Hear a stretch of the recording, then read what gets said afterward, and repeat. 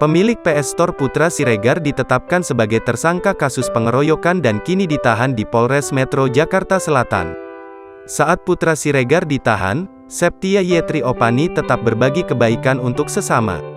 Septia Yetri Opani adalah istri Putra Siregar. Di unggahan akun media sosialnya terlihat, istri Putra Siregar itu sedang membagikan minyak goreng untuk para pengguna jalan.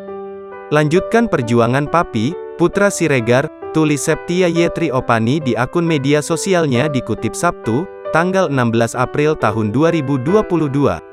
Minyak goreng kemasan yang dibagikan istri Putra Siregar itu lebih dari 1000 liter.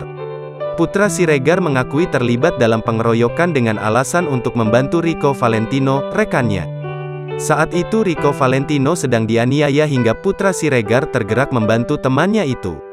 Aksi pengeroyokan itu diduga dipicu kehadiran seorang perempuan yang juga teman dekat Rico Valentino.